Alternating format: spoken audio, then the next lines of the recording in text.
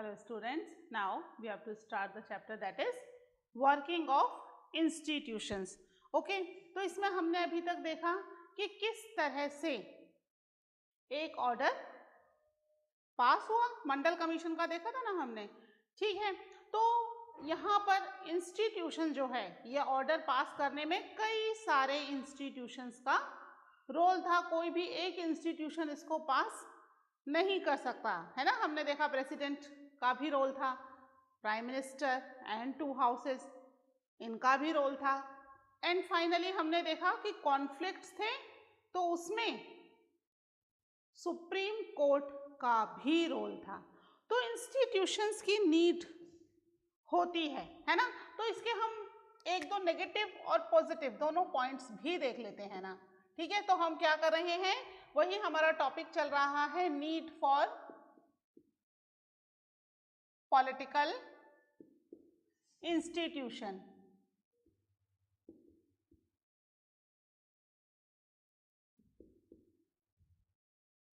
ठीक है ना, नीड फॉर पॉलिटिकल इंस्टीट्यूशंस, इसके बारे में हम देख रहे थे। तो इसमें इन पॉलिटिकल इंस्टीट्यूट्स के कुछ नेगेटिव पॉइंट्स हैं तो कुछ पॉजिटिव पॉइंट्स भी हैं। नेगेटिव पॉइंट्स क्या हैं, क्योंकि यहाँ पर काफ़ी सारे लोगों से कंसल्ट करना पड़ता है ना। प्रेसिडेंट ने एड्रेस किया, फिर prime minister and the 2 houses they have to discuss it, pass करेंगे, प्रेसिडेंट साइन करेगा, then it goes to the related department है ना, and then that related department वो क्या करेगा, इसको ऑर्डर पास करेगा फिर, है ना। बिल पास हो गया है, ऑर्डर बनेगा फिर इसका है ना। तो फाइनली ऑर्डर बनने के लिए अलग डिपार्टमेंट में चला जाएगा, पास होगा, and then it's implemented to the people. Implement होने के बाद if there is any conflict then that conflict resolve by the supreme court. ठीक है, तो ये पूरा प्रोसीजर होगा। तो ये जो प्रोसीजर है वो काफी लंबा होता है, जिसकी वजह से कई बार डिसीजन लेने में डिले हो जाता है। हमने देखा ना 1779 में मंडल कमीशन बना, 1979 में मंडल कमीशन बना, 1980 में इसकी रिकमेंडेशंस आ गई थी, but finally it was implemented on 1993। कितना लंबा टाइम पीरियड लग गया है ना, 12-13 साल लग गए इस बिल को फाइनली पास होते होते। ठीक है, तो इसमें कई बार डिले होता है, बट इसका पॉजिटिव पॉइंट क्या है, दैट इज अगर डिले होता है तो वो इसलिए होता है क्योंकि कई बार कई सारे इंस्टीट्यूशन, रिलेटेड इंस्टीट्यूशन से ये होकर जाता है, जिससे किसी भी तरह का कोई भी डिफेक्ट होने के चांसेस काफ़ी रिड्यूस हो जाते हैं, कम हो जाते हैं, कि जब भी ये बिल पास होगा तो इसमें डिफेक्ट्स नहीं होंगे, है ना। अगर होंगे तो सुप्रीम कोर्ट के थ्रू वो डिफेक्ट्स खत्म कर दिए जाएंगे। ठीक है, तो हम लिख लेते हैं इसके कुछ points that are positive and negative both. लिखिए, पहले इसके लिख लीजिए few positive points, sorry first पहले कुछ नेगेटिव पॉइंट्स है ना, नेगेटिव के बाद फिर पॉजिटिव लिखेंगे। लिखिए, institutions involve rules and regulations that binds the hands of leader. ठीक है, that can bind the hands of leaders. ठीक है, लीडर्स के हाथ बंधे होते हैं, वो चाह करके भी इन ऑर्डर्स को अपनी इच्छा से पास नहीं कर सकते जब तक कि पूरी पार्लियामेंट एग्री ना हो। ठीक है, तभी जाके ये ऑर्डर्स क्या होंगे, फाइनली पास होंगे। तो इनके हाथ बंधे होते हैं लीडर्स के। नेक्स्ट लिखिए, इसमें institutions involve meetings, committees and routines. ठीक है, meeting, committees and routines. This often leads to delay and complications. ठीक है, इसमें डिले और कॉम्प्लिकेशंस हो जाते हैं इसकी वजह से। ठीक है, तो कई बार इन इंस्टीट्यूशन के साथ काम करना थोड़ा सा फ्रस्ट्रेटिंग या कई बार बहुत डिफिकल्ट है कि भाई इतने सारे इंस्टीट्यूशन से होकर के ही फाइनली काम होगा। ठीक है, इसके कुछ नेगेटिव पॉइंट्स लिखिए। सम ऑफ द डिलेज, हम इसके पॉजिटिव पॉइंट्स लिख रहे हैं ना, नेगेटिव हमने लिख लिए। Some of the delays and complications introduced by institutions are very useful. They provide an opportunity for a wider set of people to be consulted in any decision. ठीक है, delay अच्छा क्यों है? It provide opportunity to the people कि भाई वो इस decision के बारे में बहुत सारे लोगों से कंसल्ट कर सकते हैं। ठीक है, नेक्स्ट पॉइंट लिखिए इसमें ही। इंस्टीट्यूशन में it difficult to have a good decision taken very quickly, but they also make it equal difficult to rush through a bad decision. ठीक है, अच्छा डिसीजन जल्दी लेना बहुत मुश्किल है, बट इक्वली गलत डिसीजन भी नहीं ले पाएंगे, है ना। गलत डिसीजन भी लेना मुश्किल हो जाएगा because we have to consult with so many people, so many institutions.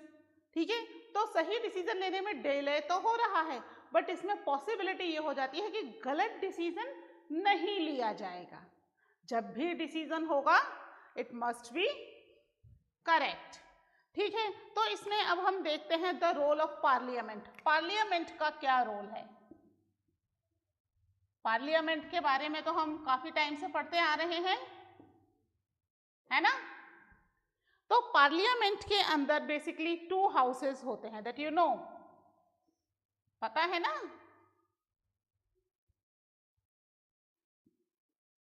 Lok Sabha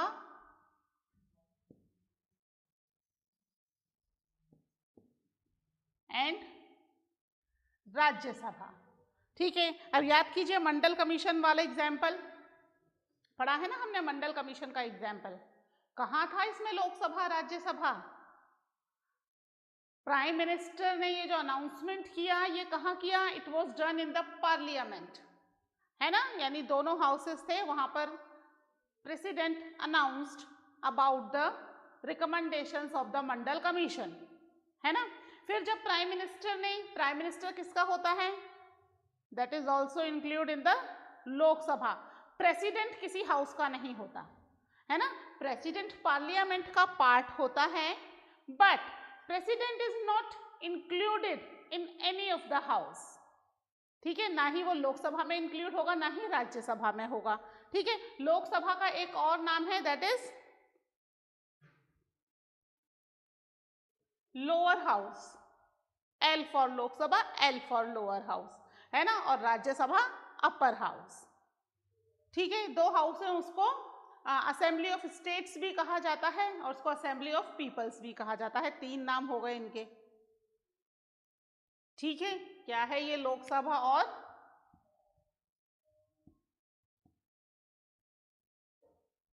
lower house.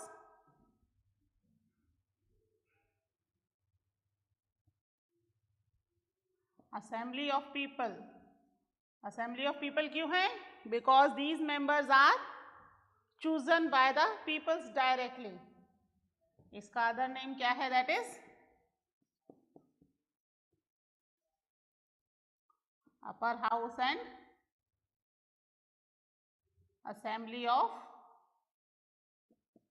States, क्योंकि यहां राज्यसभा में स्टेट से रिप्रेजेंटेटिव्स चूज होकर के आते हैं। लोकसभा का जो टेन्योर है, टेन्योर मतलब term, time period, that is of 5 years, और इसका टेन्योर कितना है? That is of 6 years। कैसे 6 इयर्स है? इसमें हर 6 साल में 1/3 मेंबर्स रिटायर होते हैं। If this is the Rajya Sabha तो इसको 3 पार्ट में डिवाइड कर देते हैं, है ना? 1/3 1/3 1/3, ठीक है। हर बार 2 साल के बाद मेंबर्स रिटायर हो जाते हैं, जब तक कि एक 1/3 मेंबर का 6 इयर्स का टेन्योर पूरा नहीं हो जाता। तो 6 इयर्स में यानी हर 2-2 साल में 1/3 मेंबर रिटायर होते जाते हैं और उनकी जगह नए मेंबर आते हैं। फिर 2 साल बाद नेक्स्ट 1/3 मेंबर रिटायर हो जाएंगे, उनकी जगह नए मेंबर आएंगे, यानी हर वक्त इसमें 2/3 मेंबर तो रहेंगे ही रहेंगे। यानी कि ये कैसा हाउस है? It's a permanent house. कैसा हाउस है ये? परमानेंट हाउस है, कभी भी पूरा खाली नहीं होता, खत्म नहीं होता है। जबकि ये कैसा है? ये पूरा का पूरा डिसॉल्व हो जाता है। आफ्टर 5 इयर्स पूरा लोकसभा डिसॉल्व हो जाएगी and there would be a next election and the new Lok Sabha जो है वो चूज होकर के आएगी।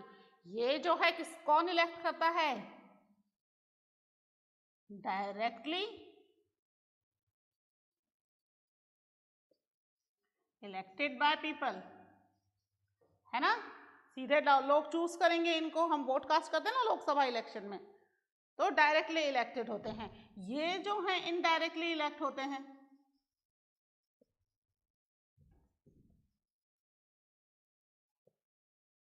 By state assembly. कहां से चूज होकर के आते हैं? स्टेट असेंबली से चूज होकर के ये मेंबर्स आते हैं। ये डायरेक्ट चूज नहीं होते हैं, they are indirectly chosen by the state assembly, ठीक है। ये दो जो इसमें कुछ डिस्टिंग्विश है, डिफरेंसेस है, ठीक है। इसके अलावा मेंबर्स कितने होंगे? मेंबर्स यहाँ ऊपर ही लिख लेते हैं, ठीक है। इसके मेंबर्स कितने हैं? मेंबर्स जो हैं दैट इज 545 मेंबर्स, और इसके मेंबर्स दैट इज 250 मेंबर्स, है ना। मेंबर्स जो हैं वो बिल्कुल इसके आधे हैं, आधे से भी कम हो जा रहे हैं। तो ये लोकसभा और राज्यसभा होती है पार्लियामेंट। अब पार्लियामेंट क्यों इंपॉर्टेंट है, जरूरी क्यों है पार्लियामेंट, बताइए।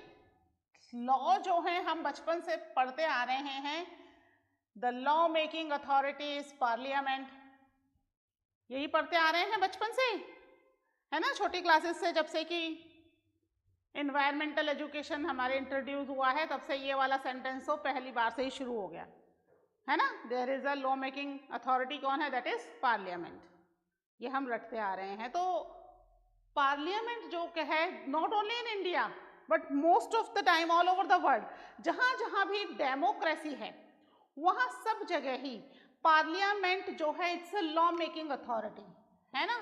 नए लॉ बनाना,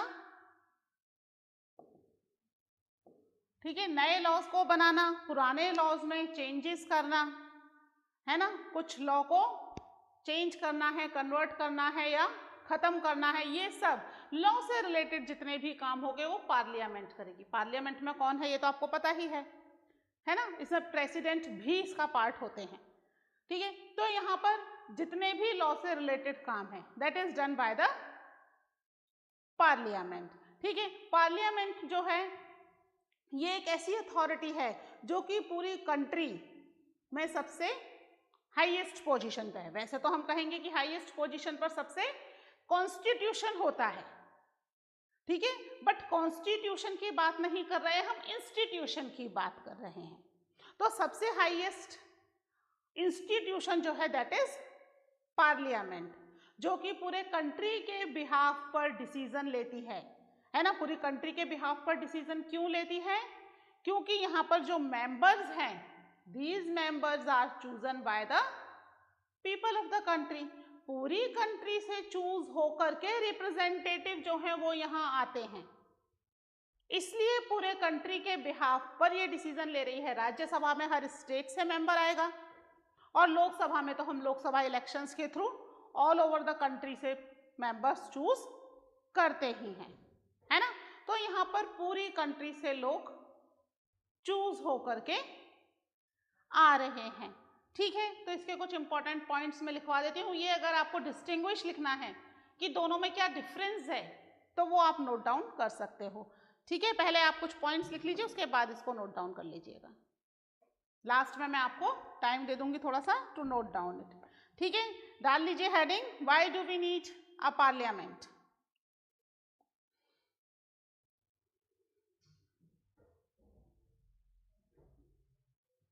ठीक है, लिखिए। In India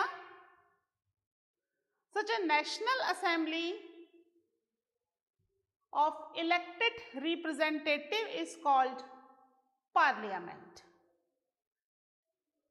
national assembly of elected representative, ये सारे रिप्रेजेंटेटिव जितने भी मेंबर इसमें हैं, these all are elected representative, है ना। ये डायरेक्टली इलेक्टेड हैं, ये भी स्टेट असेंबली में तो डायरेक्टली इलेक्ट होकर के ही आते हैं, बट यहाँ पर राज्यसभा में आने के टाइम पर they are indirectly elected. People directly elect नहीं कर रहे हैं, अब अथॉरिटीज इनको इलेक्ट कर रही हैं, ठीक है। तो they all are elected representative is called parliament, ठीक है। और स्टेट लेवल पर क्या है, लिखिए। At the state level this is called legislature और लेजिस्लेटिव असेंबली। नेक्स्ट लिखिए। It exercise political authority on behalf of the people in many ways, ठीक है। लोगों के बिहाफ पर पूरी पॉलिटिकल अथॉरिटी किसके पास आ जाती है, पार्लियामेंट के पास आ जाती है, ठीक है। ऑन बिहाफ ऑफ पीपल क्या क्या आ रही है, डैश करके इसमें फर्स्ट पॉइंट डाल लीजिए। Parliament is the, first point लिखिए, parliament is the final authority for law making in any country, है ना।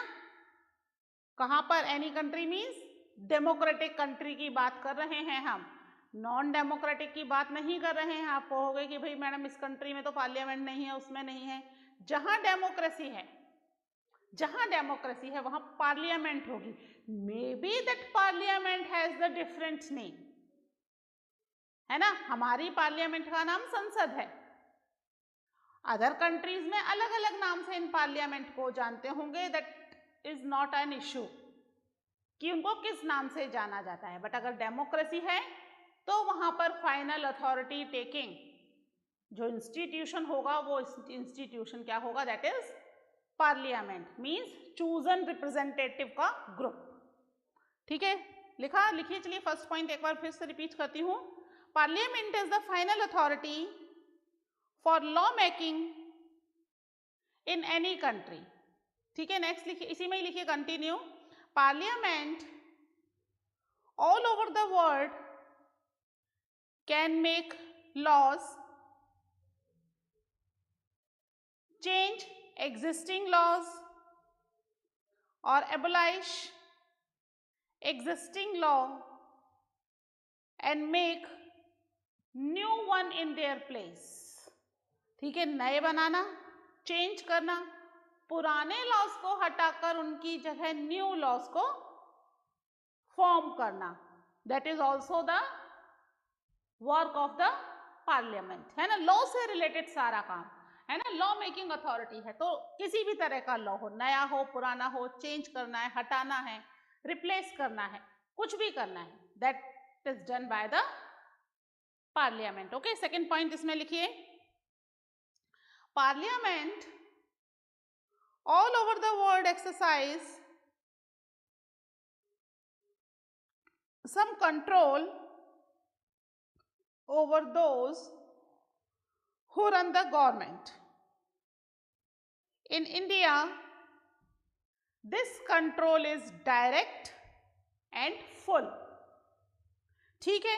कैसे क्या करती है ये, जो भी लोग गवर्नमेंट चला रहे हैं, means these representative, in representative के ऊपर पार्लियामेंट का फुल कंट्रोल होता है। कैसे कंट्रोल होता है, बाय द कॉन्स्टिट्यूशंस, ये आफ्टर एवरी 5 ईयर डिसॉल्व हो जाएंगे, है ना। तो 5 ईयर तक जो भी लॉज बनाते हैं दैट इज तो एप्लीकेबल, ठीक है। लेकिन अगर कुछ ऐसे लॉज बनते हैं which is not accepted by the people, जैसे मंडल कमीशन में हमने देखा SCBC का law that was not accepted by the people, तो क्या हुआ, it is replaced by the supreme court, है ना। उसमें थोड़ा सा चेंज कर दिया, ठीक है। वैलिड तो था बट इट वाज चेंज्ड, है ना। तो इंडिया के अंदर पूरा का पूरा जो कंट्रोल है इन पर डायरेक्ट है एंड फुल है, means these representative can not take any decision by their own, constitutional method से, है ना। और इतने सारे लोगों से, यहाँ पर 554 हैं, यहाँ 250 पीपल हैं, सबसे फाइनली कंसल्ट करके they have to take the decision, अपनी इच्छा से डिसीजन नहीं ले सकते, ठीक है। नेक्स्ट पॉइंट लिखिए इसमें, parliament control all the money that government have,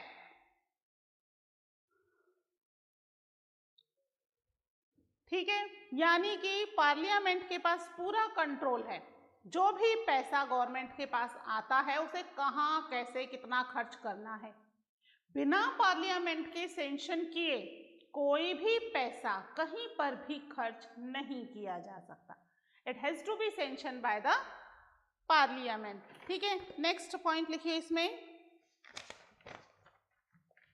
parliament is the highest forum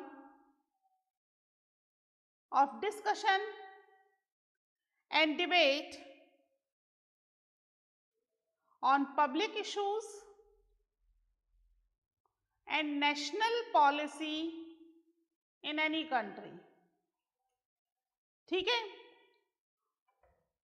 parliament जो है that is the biggest forum, यानी किसी भी तरह का कोई डिस्कशन या डिबेट होना है तो कहाँ होगा, that is in the parliament, ठीक है। हर तरह का डिस्कशन डिबेट पार्लियामेंट में हो रहा है, चाहे कोई नया लॉ बनाना है, चाहे किसी भी कंट्री के साथ किस तरह के रिलेशन मेंटेन करने हैं, है ना, that all has to be done by the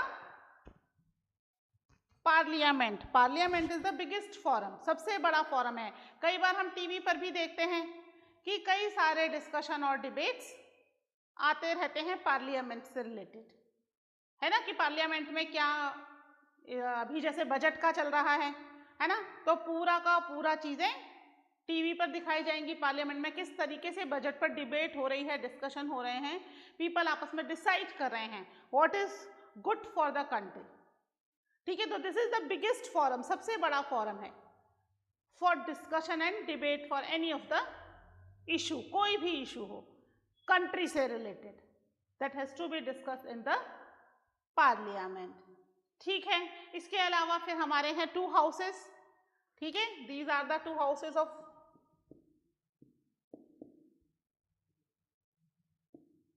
houses of parliament, है ना, 2 हाउसेस हैं पार्लियामेंट के, that is very important, Lok Sabha and Rajya Sabha, ठीक है। इसको एक बार और मैं बता देती हूँ, लोकसभा एंड राज्यसभा, लोकसभा क्या कहलाता है, लोअर हाउस कहलाता, लोअर हाउस है, बट सबसे ज्यादा पावर जो है वो किसके पास है, लोकसभा के पास है, ठीक है। और ये जो कहलाता है ये कहलाता है Rajya Sabha upper house, but relatively इनके पास पावर कम है, ठीक है। इन्हें जो है house of the people, assembly of people की जगह इसको हाउस ऑफ द पीपल कर लीजिए, है ना, हाउस ऑफ द पीपल भी कहते हैं, असेंबली ऑफ द पीपल भी कहते हैं, that is not wrong, but book में जो दे रखा है हम बुक के साथ जाएंगे, that is house of people, ठीक है।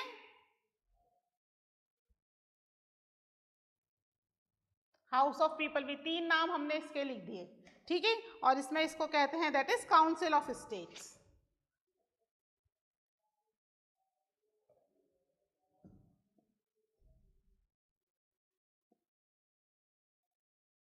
ठीक है, काउंसिल ऑफ स्टेट्स, ठीक है। तो ये इसके अलग अलग नाम हैं, जितने भी लॉ बनेंगे यहाँ पर इन दोनों हाउसेस से कंसल्ट होने के बाद ही बनेंगे, ठीक है। Either it is related to any of the bill, ठीक है। तो लोकसभा में पहले पास होगा, क्योंकि लोकसभा क्या है, इट्स हाउस ऑफ पीपल, तो यहाँ पहले पास होगा, क्योंकि मेन मिनिस्टर्स जो हैं वो सब लोकसभा में मेंबर्स होते हैं, ठीक है। तो यहाँ पर पहले पास होगा, then it goes to the Rajya Sabha, फिर राज्यसभा में पास होगा। In case if it's not pass in the Rajya Sabha या अपर हाउस, तो क्या होगा, there is a joint session, दोनों का एक जॉइंट सेशन होगा, एंड उस जॉइंट सेशन में फाइनली डिसाइड होगा कि ये जो बिल है ये पास होता है या नहीं होता है। अगर पास हो गया तब फिर ये आगे प्रेसिडेंट के पास जाएगा to sign. Without signature of the president any of the bill can not become the law, ठीक है। जब तक प्रेसिडेंट सिग्नेचर नहीं करेंगे, प्रेसिडेंट के सिग्नेचर करते ही ये क्या हो जाएगा, लॉ, बिल पास हो जाएगा एंड लॉ बन जाएगा, ठीक है। तो यहाँ पर इस तरीके से ये होता है। अगर प्रेसिडेंट इस पर साइन नहीं करते तो वो अपनी रिकमेंडेशंस या अपने सजेशंस लिख करके वापस भेज सकते हैं। अगर उसमें चेंजेस हुआ तो ठीक, नहीं हुआ और सेकेंड टाइम भी सेम बिल पास होकर के चला गया तो फिर प्रेसिडेंट को उस पर साइन करने ही पड़ते हैं, है ना। They don't have choice. क्यों? क्योंकि इतने सारे लोगों से कंसल्ट होकर के जा रहा है ना। एक व्यक्ति का हमारे यहाँ पर रूल नहीं है, हमारे यहाँ पर रूल किसका है, पार्लियामेंट का रूल है ना। इतने सारे लोग मिलकर के डिसाइड कर रहे हैं, then president has to sign it, ठीक है। फिर ये कुछ डिफरेंसेस मैंने इसमें लिखवाए हुए हैं, आप ये डिफरेंसेस लिख लीजिए।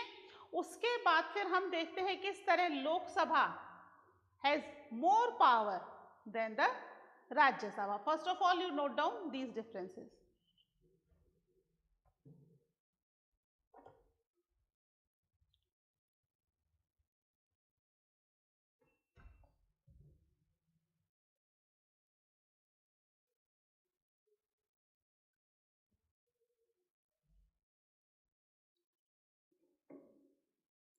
ठीक है, नोट कर लिया आपने।